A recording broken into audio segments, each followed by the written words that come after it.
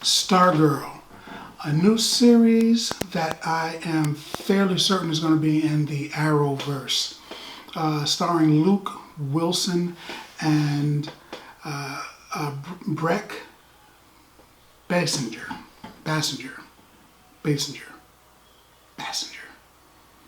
I'm not familiar with her, so I am going to butcher her name, unfortunately.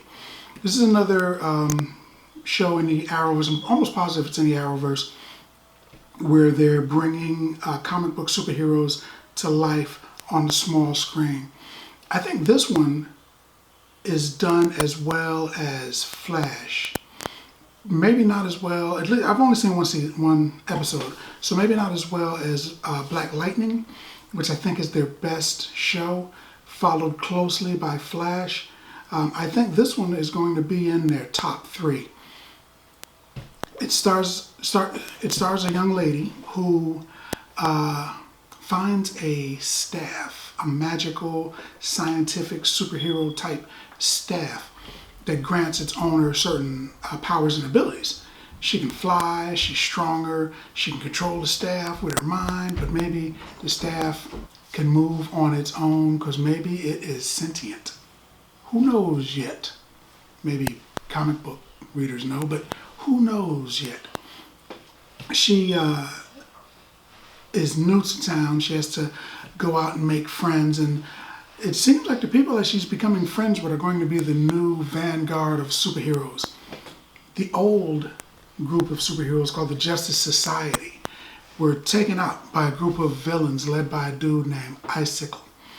Icicle kills all of the superheroes. It kills all of the Justice Society, or so, at least it seems that way so far.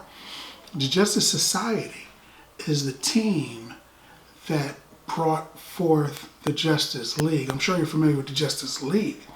The Justice League in comic books is emulating what the Justice Society did. So they were the new team. They were the new team for the new generation Justice League. So in this show, the Justice Society dies, but it brings forth new Justice Society type people. There's going to be a new version of the old vanguard. So you had Starman, now you got a little girl, Stargirl. You had a fighter named Wildcat. You're going to have a young girl named Wildcat. So it's going to be variations of the original. It's kind of what happened in the comic book also, but they're bringing it to the small screen. First episode was good.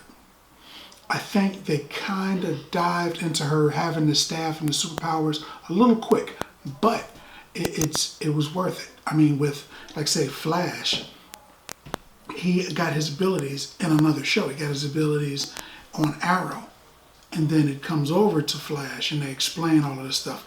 And Black Lightning, he had his abilities already for like 10 or 12 years or something like that, and then it just picks up when he comes out of retirement. Here, she in the first 15 minutes, she's got the staff and she's kicking butt, which is cool. I mean, I don't mind that, because they did it right. They did it well, I think. And they're building on an entire universe in this one show. So in DC comic books, instead of having like one planet where all the people are at, they have several dimensions. Sometimes 52 of them. And in those different dimensions, you've got different series of superheroes so that they can have their own little adventures and not have the crossovers. You say, hey man, well I thought green kryptonite did this. Hey man, I thought blue kryptonite did that. They can explain it because they were like, oh, well that was another planet, man. That was another dimension. So I think this might take place in another dimension because it seems to be a few years earlier than the other shows. But we'll see. We shall see. But right now, I'd give Stargirl 8 bags of popcorn. 8 bags of popcorn, man, because that's exactly what I think about that. Have you seen Stargirl? What's your favorite Arrowverse TV show? Let's talk about it in the comments. And as always, if you like the video, if you like the content, subscribe. And then like. Popcorn passport. Get your popcorn passport.